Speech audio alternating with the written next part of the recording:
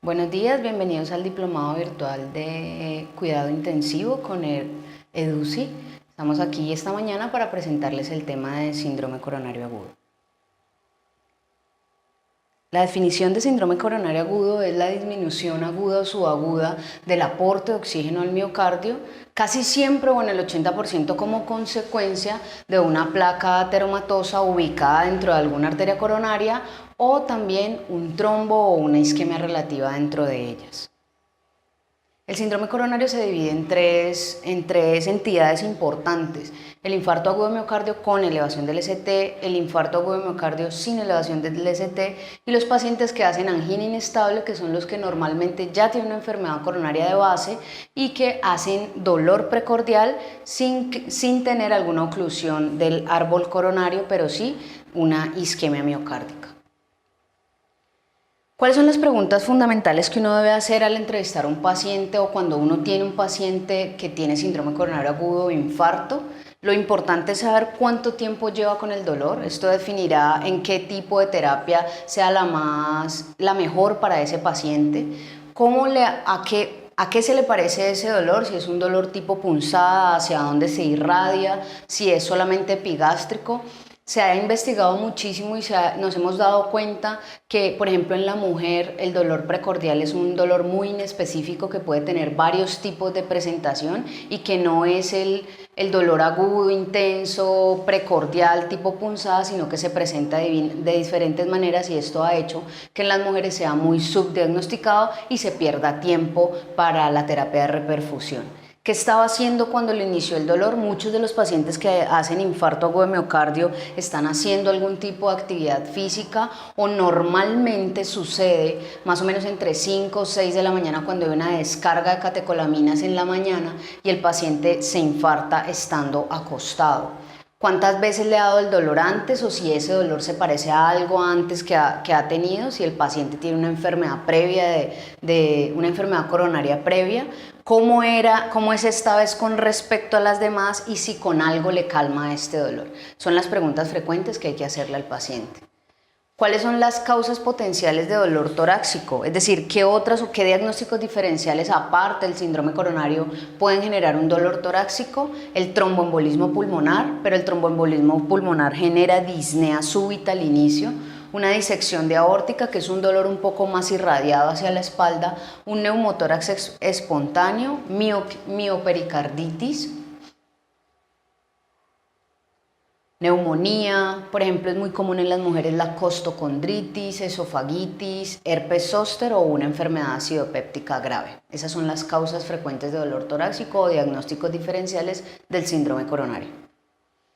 Eso es importante que lo tengamos claro. Todo dolor torácico izquierdo tipo punzada en un paciente que tenga factores de riesgo debe considerarse un evento coronario agudo hasta que no se demuestre lo contrario. Entonces, cuando haya una sospecha de síndrome coronario, lo que debemos hacer en los servicios de urgencias o en el servicio donde usted se encuentre, lo primero que debe hacer es tomar un EKG de 12 derivaciones en los primeros 10 minutos del ingreso al paciente a la institución.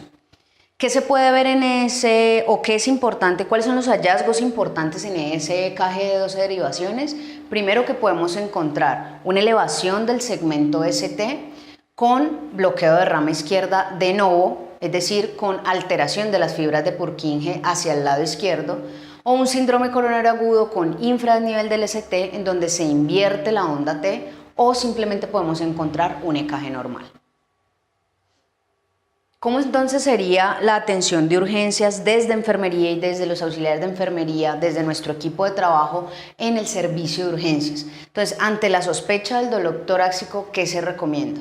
Primero, atender al paciente durante los 10 primeros minutos de la entrada a urgencias.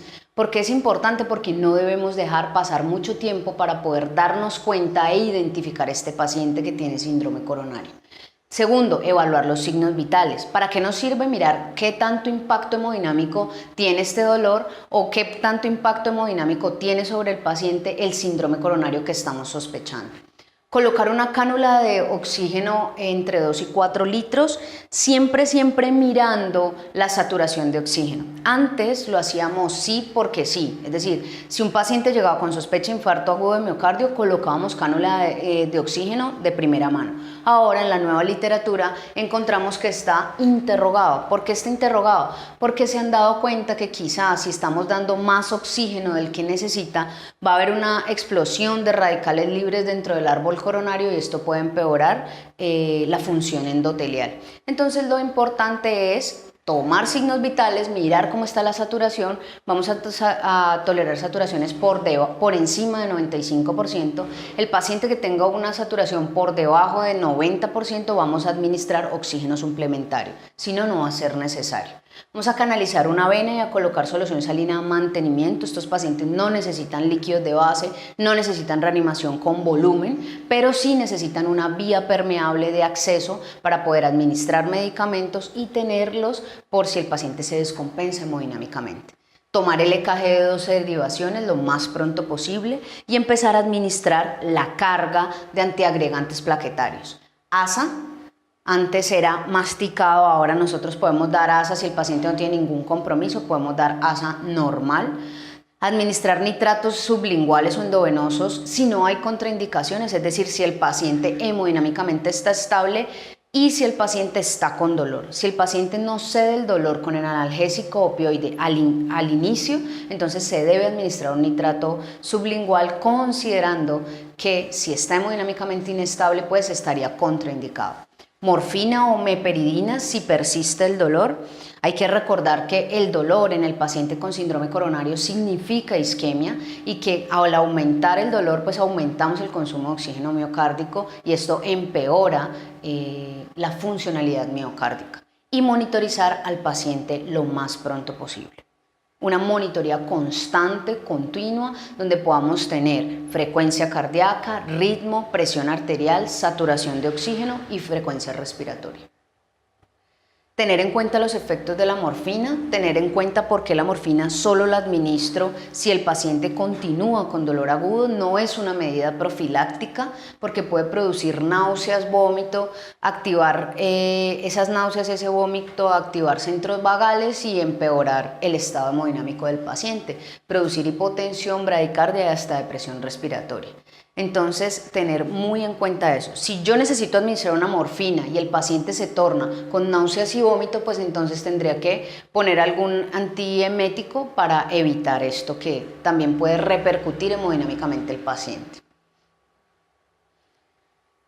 ¿Qué es lo que necesito? Y repito, sería el alivio del dolor, la falta de aire y la ansiedad. Y eso lo puedo intervenir muy probablemente con la morfina, con el oxígeno y con la información que yo le dé al paciente. Acuérdese que el dolor produce actividad simpática y esa actividad simpática, como les dije ahora, va a producir mayor vasoconstricción en el árbol coronario y va a producir aumento del trabajo cardíaco en un miocardio que está sufriendo y que está isquémico.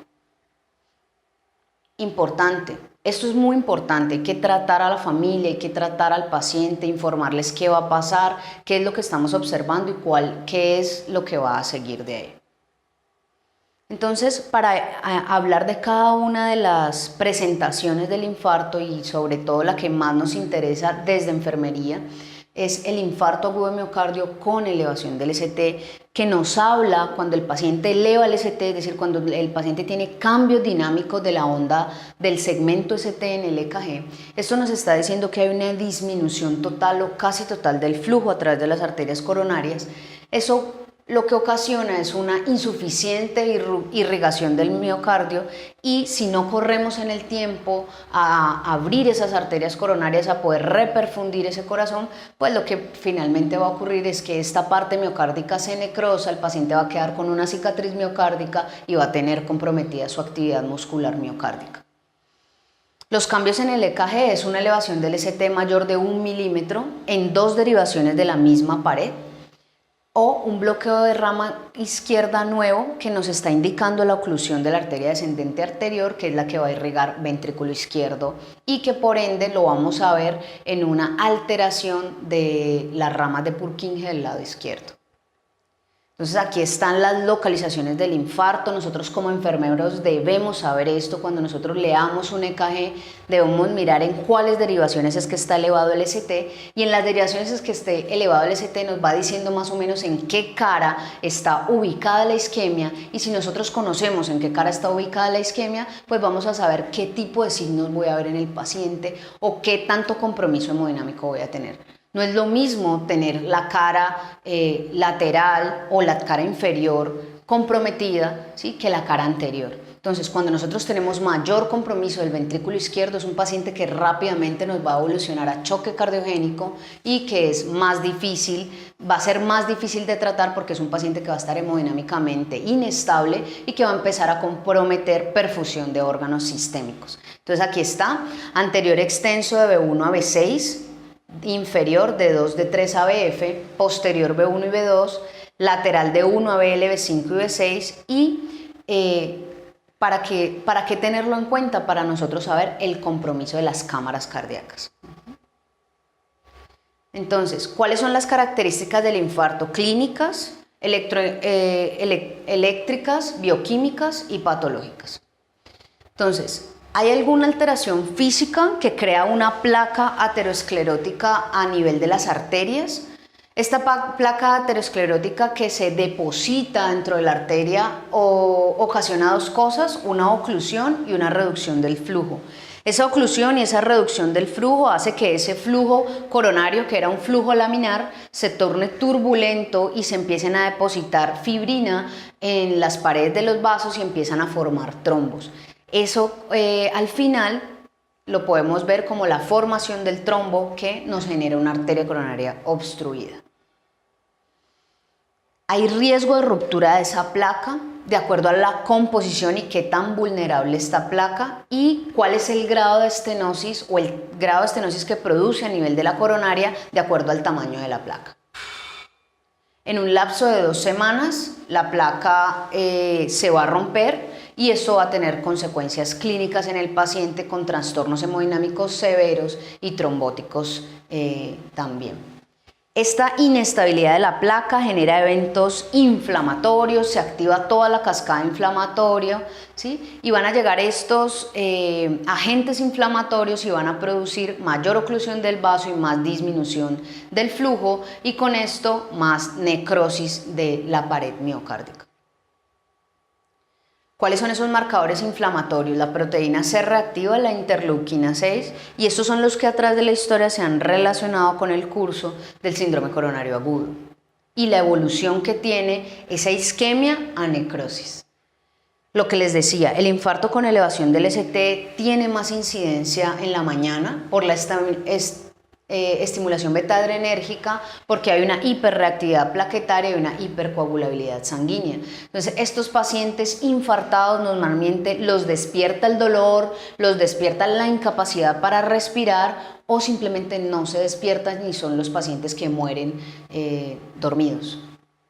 La necrosis miocárdica, imagínense, solamente nos toma de 15 a 30 minutos después de una isquemia grave, es decir, que si hay ausencia de flujo en una arteria miocárdica, 15-30 minutos después, toda esa respuesta inflamatoria, esa cascada lo que va a hacer es remodelar las células miocárdicas y producir una lisis de esas células y lo que va a pasar es una necrosis.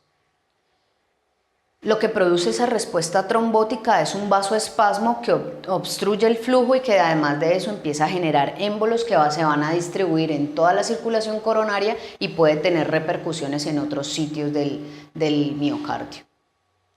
Entonces, ¿cómo se hace el diagnóstico? Con la historia del dolor, ya hablamos de eso, las características del dolor. ¿Cómo se presenta? Además de eso puede estar asociado con palidez y sudoración por activación del sistema nervioso autónomo. Además de eso puede tener muchísimas repercusiones hemodinámicas por irregularidades del pulso, es decir, el paciente puede tornarse bradicárdico o taquicárdico dependiendo de la respuesta ventricular que haga a esa isquemia. O puede estar con estertores basales, un paciente que tiene comprometido su corazón derecho, que hace edema pulmonar y pues es una enfermedad asociada a esto. ¿Cómo se maneja? Lo que buscamos es la perfusión coronaria. ¿Cómo buscamos la perfusión coronaria? Ya sea una angioplastia con un stent o una trombolisis con un medicamento. Entonces, puede ser trombolisis química con un medicamento en este momento. Vamos a hablar entonces de la angioplastia. La angioplastia es poner a través de las arterias coronarias un stent que lo que haga es abrir la placa ateromatosa, llevarla hacia la pared, pegarla hacia la pared y reperfundir el flujo a través de un balón que se hace normalmente se hacía antes a través de las femorales y ahora se hace más que todo a través de la radial derecha y restablecer el flujo coronario. La reperfusión farmacológica se hace durante las primeras 12 horas cuando el paciente tiene una sintomatología típica de infarto agudo de miocardio con elevación del ST, que el ST es persistente, que no disminuye con el manejo inicial o que el paciente tiene un nuevo bloqueo de rama izquierda. Entonces, intervención percutánea primaria combinada, es decir, que se hace una intervención farmacológica, además de eso una intervención percutánea o una intervención percutánea de rescate. La primaria está indicada en el paciente que tiene shock, es decir, que está hemodinámicamente inestable, que las caras son muy extensas, las caras que están pues por el infarto que están alteradas, entonces se hace la angioplastia con stent previo a un tratamiento fibrinolítico o los pacientes que usted está en una IPS primaria y usted no tiene cómo hacerle obviamente una angioplastia, deben ser remitidos rápidamente porque pueden colapsar hemodinámicamente y lo único que se puede hacer es una terapia percutánea. La facilitada es un tratamiento de reperfusión farmacológica administrada antes de una terapia percutánea programada y cuyas complicaciones pueden ser el sangrado. Entonces el paciente que no estoy muy lejos de un sitio donde haya tratamiento percutáneo, yo necesito ponerle una trombolisis antes de que llegue a ese sitio, entonces es facilitada. Y la de rescate, entonces es un paciente que no mejora a pesar de la trombolisis o del tratamiento fibrinolítico inmediato, entonces que yo debo hacerle una resolución de ese segmento ST rápidamente porque el paciente no mejora. Entonces es una terapia de percusión, pero de rescate, a través de lo percutáneo. La trombolisis entonces, que es el tratamiento endovenoso inicial, si yo no tengo cómo llevarlo a un sitio donde hagan angioplastia, es la destrucción del trombo de fibrina por sustancias fibrinolíticas que van a lisar ese coágulo durante un tiempo determinado. Habían dos medicamentos antes que se usaba la streptokinasa y se usaba el alteplase o activador del plasminógeno tisular, que es el estándar ahora. La streptokinasa se dejó de usar y lo que se hace es una infusión endovenosa de este medicamento para poder lisar ese coágulo o ese trombo que está tapando la circulación coronaria. Hay unas contraindicaciones absolutas de complicaciones que puede tener el paciente previas que nos compliquen si nosotros hacemos un tratamiento fibrinolítico, y dentro de las más importantes es que haya tenido accidentes cerebrovasculares hemorrágicos previos, que haya tenido sangrados intestinales, traumatismos o cirugías recientes durante las 3 semanas antes, que el paciente tenga una disección de aórtica o que el paciente haya tenido una punción previa muy cerca, punciones graves como por ejemplo una biopsia hepática o una punción lumbar. Las relativas, que haya tenido un TIA, que esté usando tratamiento anticoagulante oral, que esté embarazada y sea las primeras semanas después del parto o en el puerperio inmediato, una hipertensión refractaria, es decir, el paciente que tiene dolor precordial, tiene síndrome coronario con elevación del ST y que está hipertenso, es una contraindicación relativa, una enfermedad hepática avanzada o una úlcera péptica activa o un estado postparto por reanimación. ¿Qué es lo que se debe hacer entonces? Si a mí me llega un paciente con infarto agudo de miocardio, yo estoy en el servicio de urgencias, lo que yo necesito hacer es iniciar el tratamiento farmacológico básico que está compuesto por el ASA, que es el antiagregante, está compuesto por, si necesita o no, morfina, coayudantes como el clopidogrel y la enoxaparina, que ahorita lo vamos a ver más adelante. Si ese paciente lleva menos de 3 horas del inicio del dolor y el paciente tiene elevación del ST, entonces lo que hay que mirar es cuál va a ser mi terapia de reperfusión. Si voy a trombolizar o si voy a hacer angioplastia con el stent. Si voy a trombolizar, desde enfermería lo que debemos hacer es invadir al paciente lo antes posible, es decir, si yo voy a canalizar una línea arterial o si yo voy a tener accesos venosos, incluso si yo necesito pues una sonda vesical, debo hacerlo antes de la trombolisis. Tener una vía exclusiva para la trombolisis, es decir, yo por donde pongo la morfina o por donde pongo otro medicamento no voy a poner trombolisis. Si el paciente necesita nitrato endovenoso, entonces voy a necesitar una vena para el nitrato endovenoso, una vena para la trombolisis y una vena adicional por si algo pasa, por si el paciente hace paro cardiorrespiratorio y yo necesito reanimarlo, necesito tener una vía alterna. Siempre pensar en que debo tener vías alternas para yo pensar en la posible resucitación de este paciente si me llega en paro. Entonces la trombolisis ahora lo estamos haciendo ya con Alteplase y obviamente hago la trombolisis y remito a un nivel de atención mayor. Y si necesito hacer una angioplastia con stent, tengo los recursos para hacerlo, dependiendo del hospital donde yo esté ubicado, desde el servicio de urgencias. Entonces también necesito una vena permeable, aparte de la vena que estoy usando para el nitrato o para cualquier otro medicamento. Determinar si el paciente sí necesita o no necesita oxígeno. Rasurar al paciente de todas maneras las zonas inguinales, aunque ahora normalmente se está haciendo por zona radial. Y lo importante es dejar libre la radial derecha, es decir, si voy a canalular una línea arterial lo hago en la izquierda, pero dejar libre la región radial derecha para poder que ellos puedan entrar por ahí, porque ahora se está haciendo más fácil por ahí. Evidentemente, si yo tengo un paciente que está muy sintomático y que el infarto es muy extenso, voy a necesitar monitoría hemodinámica invasiva, voy a necesitar una línea arterial y debo trasladarlo a la región de cateterismo ya invadido para que ellos puedan hacer uso de esa hemodinamia y no tener que reinvadir al paciente después cuando está en medio de la angioplastia. Entonces, si yo necesito esa angioplastia con stent, debo de remitir al paciente urgente para cateterismo con todas estas indicaciones que tienen que ver con la parte de enfermería y que involucran la intervención de enfermería.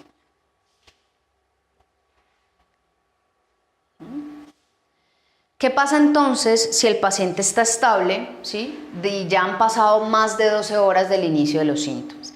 Es un paciente que puede ir a continuar su manejo médico o se puede trasladar a una UCI coronaria previa valoración por el servicio de hemodinamia, en donde se va a definir si el paciente quizá no necesita un cateterismo urgente, pero sí va a ser llevado a cateterismo después, ¿sí? Y se puede continuar el manejo en la unidad de cuidado intensivo o en una unidad coronaria.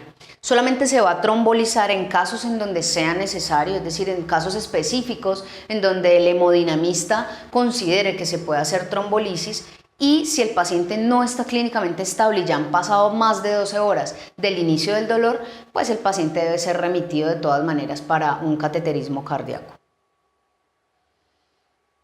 Los otros tratamientos que existen, sobre todo cuando el paciente esté muy inestable, son pacientes que necesitan bypass coronario, es decir, que deben ir a cirugía de revascularización porque no son sujetos de angioplastia. Entonces es un paciente que debe ser valorado por cirugía cardiovascular y ser llevado a un bypass coronario. ¿En dónde? En pacientes que tienen una persistencia de la enfermedad coronaria a pesar de la terapia percutánea, o en el paciente que ya tenga shock cardiogénico y tenga complicaciones avanzadas del infarto, como la ruptura ventricular, ya una falla mitral o una comunicación interventricular. Normalmente este paciente ya se encuentra en la unidad de cuidado intensivo, ya lo tengo monitorizado hemodinámicamente y es un paciente que se puede trasladar a la unidad quirúrgica inmediatamente, pues previa reserva de hemoderivados. Obviamente hay que tener en cuenta el consentimiento informado por parte de la familia y obviamente todo lo que tenga que ver con equilibrio ácido-base y todo lo que tenga que ver con mantener unos niveles de oxigenación adecuados en el paciente. Y lo otro es el tratamiento antitrombótico según el tratamiento de reperfusión que recibió el paciente. Entonces, si el paciente recibió trombolisis, ¿qué tratamiento de reperfusión oral voy a usar? Si el tratamiento recibió angioplastia con stent, ¿qué tratamiento de reperfusión voy a usar en los periodos posteriores al infarto agudo del miocardio? ¿Qué se discute? El clopidogrel, discutidísimo, parece que desaparece. Ha sido cambiado ahora por prasugrel, ticagrelol, que son medicamentos mucho más seguros, mucho menos sistémicos y que están más asociados con el árbol coronario. La aspirina sigue ahí. Y antitrombóticos como la heparina o la enoxaparina o el fundaparinox, dependiendo del tratamiento médico prescrito. La aspirina todavía continuamos, tiene las mismas contraindicaciones, alteraciones de la coagulación, enfermedad hepática, dosis en carga 300 miligramos, luego 100 miligramos vía oral.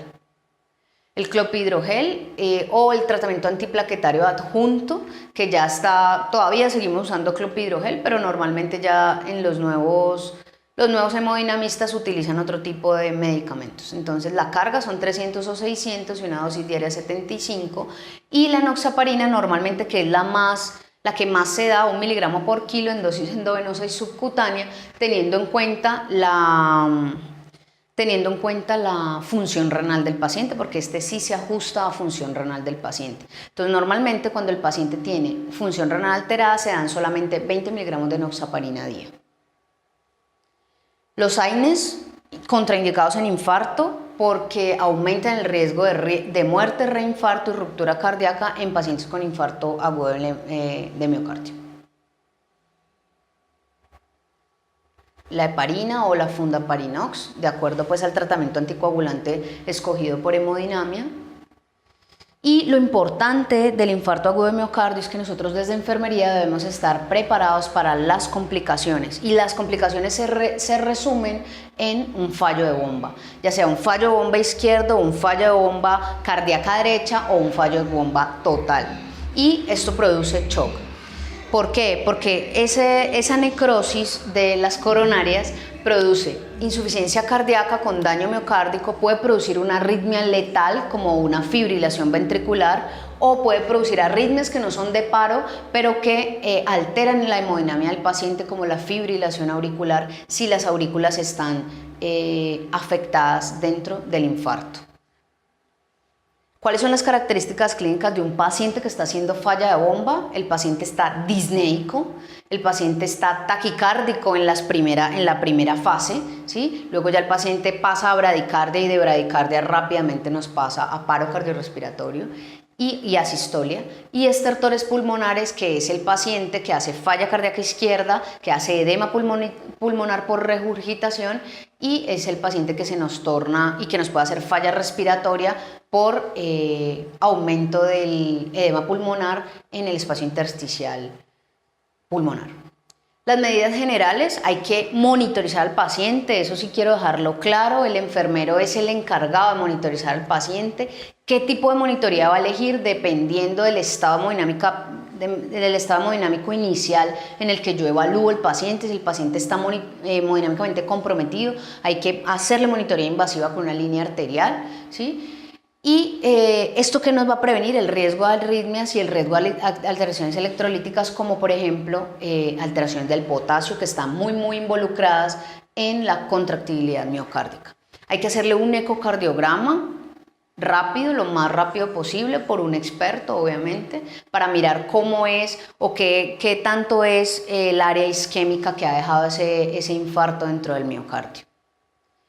Y prevenir, o la monitoría del paciente previene ese shock cardiogénico, que es el estado de hipoperfusión cuando ya hay fallo de bomba y el paciente entra en choque cardiogénico.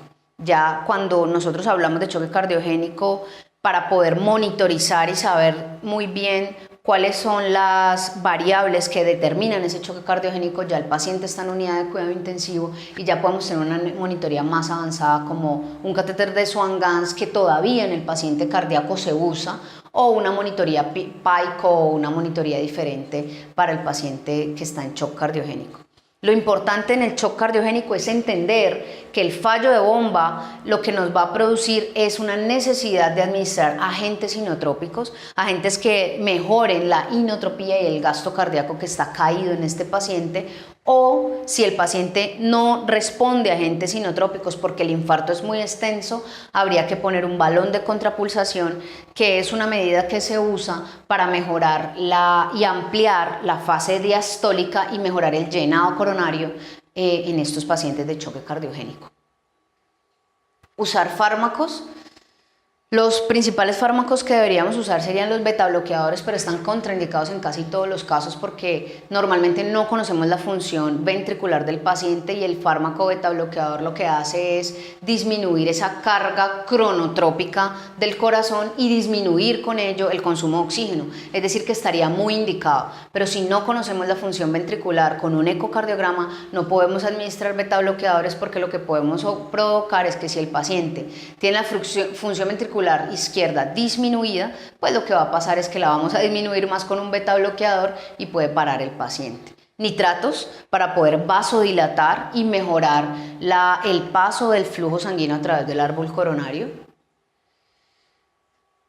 Esto sería el infarto agudo del miocardio sin elevación del ST, que no produce obstrucción completa al paso de la arteria coronaria, entonces no produce una isquemia crítica como tal, y que tiene un manejo similar al infarto agudo del miocardio. Lo que pasa es que hay que mirar primero la reperfusión hemodinámica y la reperfusión cardíaca, la función cardíaca, y nos da más tiempo de intervención en los pacientes. Entonces, este paciente que tiene un EKG normal o que tiene un EKG inespecífico pero que no tiene elevado el ST, es un paciente que vamos a dejar en observación en el servicio de urgencias o en una unidad coronaria. Vamos a administrar oxígeno si es o no necesario, administrar nitratos sublinguales si el paciente continúa con dolor, o morfina, y aquí sí vamos a tomar enzimas cardíacas para mirar qué tan comprometido está ese miocardio. Entonces lo que cambia en él es el manejo inicial, es el mismo, solamente que ahora sí vamos a tomar enzimas cardíacas que nos puedan determinar qué tanto es el compromiso miocárdico. Si la primera toma de enzima cardíaca es demasiado alta, definida por el laboratorio de cada institución, pues entonces no habría necesidad de hacer curva y este paciente pasaría a ser visto por hemodinamia. Y si es muy inespecífica la primera medida de troponina, se hace una curva y se determina si el paciente sí tiene o no afectación miocárdica. Y también tomar EKGs seriados, que van a estar muy relacionados si el paciente persiste en el dolor o si el paciente disminuye y tiene ausencia del dolor y luego recupera ese dolor torácico. Habría que hacer EKGs de nuevo para mirar cómo cambia dinámicamente ese ST y determinar las intervenciones. Entonces, si esa troponina es positiva, ese infarto sin elevación del ST se manejaría como un infarto inicialmente y habría que hacer todo, terapia de reperfusión, ya sea percutánea o trombolisis si todavía estamos en el tiempo. Y si esa troponina es negativa, se repite, se hace curva 6 horas después, y si esa curva es positiva, se maneja como una elevación del ST, o si es negativa, se da salida con remisión a especialidad por consulta externa. ¿Está? ¿Cuáles son lo importante de rehabilitar al paciente antes del alta? Es si nosotros no intervenimos la atención primaria en el paciente con infarto, el paciente se va a reinfartar y el paciente va a terminar en una falla cardíaca, que es un estado funcional muy alterado. Entonces lo que nosotros necesitamos hacer es tirarle mucho cuando hablemos con los pacientes que vayamos a darles egreso desde nuestros servicios, es hablar mucho sobre la atención primaria, la alimentación, el ejercicio, los cuidados en casa. Eso a los pacientes, y la importancia de tomarse el medicamento diario. Eso normalmente los pacientes lo olvidan porque se siente mejor, se ve mejor, entonces se va a su casa y no se cuida. Consejos sobre el estilo de vida, actividad física, consejos sobre aspectos psicológicos y socioeconómicos, como por ejemplo un paciente que come carne, que come arroz, papa maduro en la casa, cómo puede cambiar esa dieta y debe cambiar esa dieta para poder no recurrir en la enfermedad coronaria. Prevención secundaria, importantísimo, abandono del cigarrillo, es la segunda causa de desarrollo de infarto a nivel mundial. La dieta, la actividad física, no abandonar el tratamiento antiplaquetario ni anticoagulante, ni sus medicamentos de base, si el paciente es hipertenso o con los que salga después de la hospitalización. El control de la presión arterial, cómo este paciente debe estar en un programa de control de presión arterial que se debe ofrecer por la IPS o por la entidad de salud que tenga. Si es diabético, el manejo de la diabetes y todo lo que tenga que ver con la prevención de un nuevo caso de infarto. Bueno, muchas gracias. Hasta ahora espero que les haya gustado y que hayan entendido muy bien el tema. Muchas gracias.